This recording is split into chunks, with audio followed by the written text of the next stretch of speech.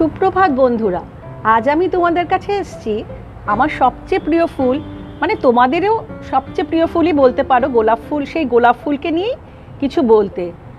দেখো, দেখতে দেখতে হয়তো বর্ষাকাল চলে এলো, আর বর্ষাকাল যদি বা নাও আসে তাহলেও এই প্রকৃতির খামখেয়ালিপনাতে যখন তখন 2-3-4 দিন ধরে ডিপ্রেশন চলতেই থাকে। মানে আমাদের আসল কনসার্ন হচ্ছে যখন তখন এই যে বৃষ্টি হয়ে যাওয়া, সেই বৃষ্টির জল তো উপকারী বটেই, কিন্তু আবার লাগাতার বৃষ্টিতে এই গোলাপ গাছের কী ক্ষতি হচ্ছে সেইটা একটু দেখার জন্যই আজকে আমি তোমাদের কাছে এসেছি, সেটা নিয়ে কিছু বলবো। দেখো, আমরা গরমকালে টবে মালচিং করে দিয়েছিলাম। মালচিংটা কি ছিল না, টবের জল যাতে শুকিয়ে না যায় তার জন্য নানা ধরনের তুষের, ধানের তুষ বা কোকোপিট এইসব বা শুকনো পাতা এইসব দিয়ে ওপরে একটা লেয়ার দিয়েছিলাম যাতে জলটা না শুকোয়। সেটার আবার একটা উল্টো ফল আছে, যেই আমার বৃষ্টি হবে 3-4 দিন ধরে, তাহলে ভেতরে জলটা থেকে যাবে। হয়তো তারপরে আবার প্রচণ্ড রোদ হলো, ওপরটা হয়তো শুকিয়ে গেছে কিন্তু ভেতরে জল রয়েছে। হয়তো আমরা ভাবলাম ওপরটা বেশ শুকিয়ে গেছে, আবার কিন্তু জল ঢেলে দিলাম। গাছটা এরকমও দেখবে প্রচণ্ড রোদ হয়েছে, তার জন্য ওপরটা নেতিয়ে গেছে, তখন তো জল দিতে ইচ্ছে করবে, গাছ নেতিয়ে গেছে। কিন্তু তা নয়, একটু নেতালো হাত দিয়ে দেখতে হবে যে মানে 1 ইঞ্চি কি 2 ইঞ্চি আঙুলটা ঢুকিয়ে যে গোলাপ গাছের টবের মাটিটা শুকিয়েছে কিনা। না হলে কিন্তু ওই জল দিলে প্রথমে গাছটা ঠিকই থাকবে, তো গোলাপ গাছটা খুব একটা জল পছন্দ করে না, মানে ভেজা শুকনোও পছন্দ করে না, কিন্তু জল জমে ওদের ভীষণ ফাঙ্গাল অ্যাটাক হয়। তাতে ওই জল বেশি দিলে কিন্তু প্রথমে কদিন কিছু হবে না, এরপর শিকড় শুকিয়ে গিয়ে শিকড় কিন্তু পচে গিয়ে একটা শিকড়ে ফাঙ্গাল অ্যাটাক হবে, শিকড় পচে গিয়ে কিন্তু গাছটা মারা যাবে। আর একটা যেটা গোলাপের মানে সবচেয়ে খারাপ রোগ হচ্ছে ডাইব্যাক রোগ। কি হয়, ধরো আমরা এখানে একটা ফুল হয়ে গেছে, ধরো এই যে ফুলটা হয়ে গেছে, আমি এখান থেকে কেটে দেব। কেটে দেওয়ার পরে দেখা যায় যে সেখান থেকে এবার বৃষ্টির জল পড়লো, বৃষ্টির জল পড়তে গেলে ডাইব্যাক কেন বলে, ওপর দিক থেকে জিনিসটা শুকোতে শুকোতে নিচে নামতে থাকে। সেটা কিন্তু একটা ফাঙ্গাল অ্যাটাক, নিচ থেকে মানে কালো হয় না, ওপর থেকে আস্তে আস্তে কালো হয়, হতে হতে গাছটা পুরো দেখবে, মানে যারা এই গোলাপ গাছ করছো তাদের এই রোগটা ভীষণভাবে হয় যে পুরো গাছটা আস্তে আস্তে নষ্ট হয়ে যায়। এটা ভীষণ কমন রোগ, মানে পুরো গাছটাকে কিন্তু শেষ করে দেবে কয়েকদিনের মধ্যেই। তাই যখনই এই বর্ষাকালে শুকনো ডাল কাটবে বা দেখবে কোনো ডাল কালো হয়ে গেছে, সেই ডালটা কিন্তু সঙ্গে সঙ্গে কেটে দেবে, নইলে কিন্তু সেই ডালটা মানে বাড়তে থাকবে, বাড়তে বাড়তে কিন্তু পুরো গাছটাকে শেষ করে ফেলবে। দেখো, এর সঙ্গেই একটা উচ্ছে ঝুলছে। আরেকটা জিনিস দেখা যায়, এখনও যেহেতু বর্ষা বেশিরভাগ মানে খুব ভালোভাবে শুরু হয়নি, বর্ষা তো হয়নি, কিন্তু ডিপ্রেশনের জন্য বৃষ্টি তো লাগাতার চলছেই। ইয়াসের জন্য হয়ে গেল কদিন ধরে প্রচণ্ড বৃষ্টি।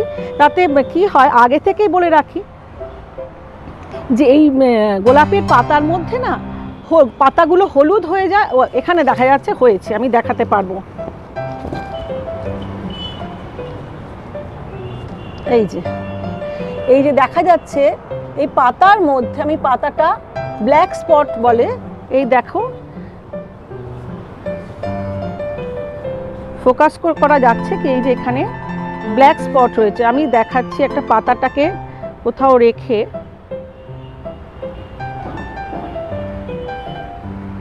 এর মধ্যে ব্ল্যাক স্পট হয়েছে। এই ব্ল্যাক স্পটগুলো আস্তে আস্তে পাতাটা হলদে হতে থাকবে, হলদে হয়ে এবং একটার থেকে কিন্তু পুরো গাছটাতে ছড়িয়ে যাবে। দেখো, আমি এখানটাতে এই যে অন্য গাছের মধ্যে রাখছি, ব্ল্যাক স্পট দেখা যাচ্ছে এই পাতার মধ্যে, এই যে এবার পরিষ্কার করে দেখা যাচ্ছে একদম ব্ল্যাক স্পটগুলো একদম ছিট। এরপর এইটার একটার থেকে কিন্তু এটা হচ্ছে ফাঙ্গাল অ্যাটাক। এবার পাতাটা আস্তে আস্তে হলুদ হয়ে যায়, তখন হলুদের মধ্যে ব্ল্যাক স্পটগুলো আরও প্রমিনেন্ট বোঝা যায়। এটা ভীষণভাবে কিন্তু মানে ছড়িয়ে পড়ে একটার থেকে, তখন একবার হতে থাকলে কিন্তু গাছকে আর রক্ষা করা ভীষণ মুশকিল।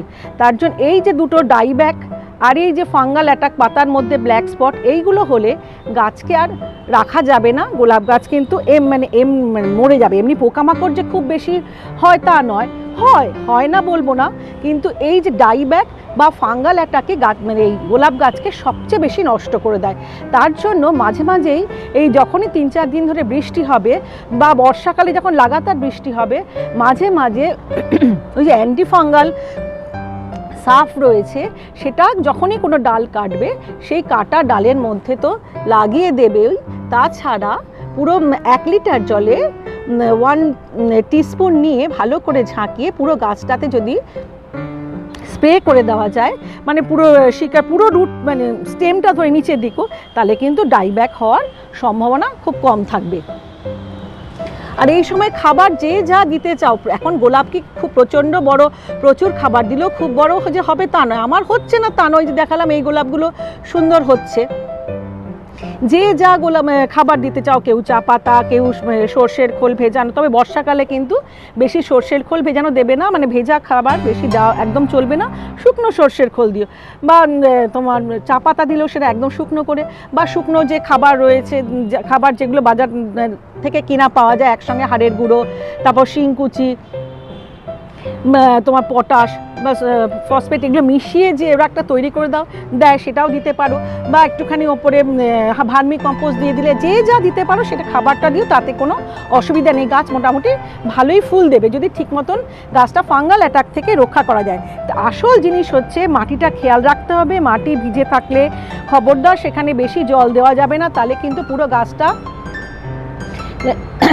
ফাঙ্গাল অ্যাটাক হয়ে পুরোটা শুকিয়ে যাবে, আর ডাইব্যাক হতে দেওয়া যাবে না, আর এরকম আর ওই ব্ল্যাক স্পট সেটাও গাছের হতে দেওয়া যাবে না। আর এদের পোকামাকড়ের জন্য অন্য সময়ও যা করি, এখনও তাই করি, সাধারণত নিম অয়েল স্প্রে করি 1 লিটার জলে 1 চামচ, তার সঙ্গে 2-4 ফোঁটা লিকুইড সোপ দিয়ে স্প্রে করে দিই। আর নয়তো আমি কাকা বলে একটা মেডিসিন দিই, সেটা যেমন পেস্টিসাইডেরও কাজ করে, আবার গ্রোথ রেগুলেটরও কাজ করে, সেটা 1 লিটার জলে 6 ফোঁটা দিয়ে স্প্রে করে দিই।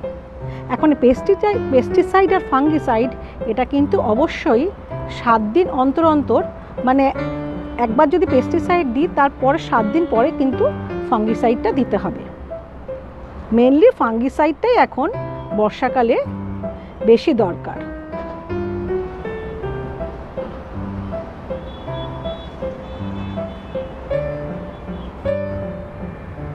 দেখো, আমাদের এখনকার যা বর্তমান পরিস্থিতি, তাতে মনে হয় প্রকৃতি বোধহয় দারুণভাবে আমাদের উপর প্রতিশোধ নিচ্ছে, কিন্তু আমাদের তো বাঁচতে হবে, এই পৃথিবীকে আবার সুন্দর করতে হবে।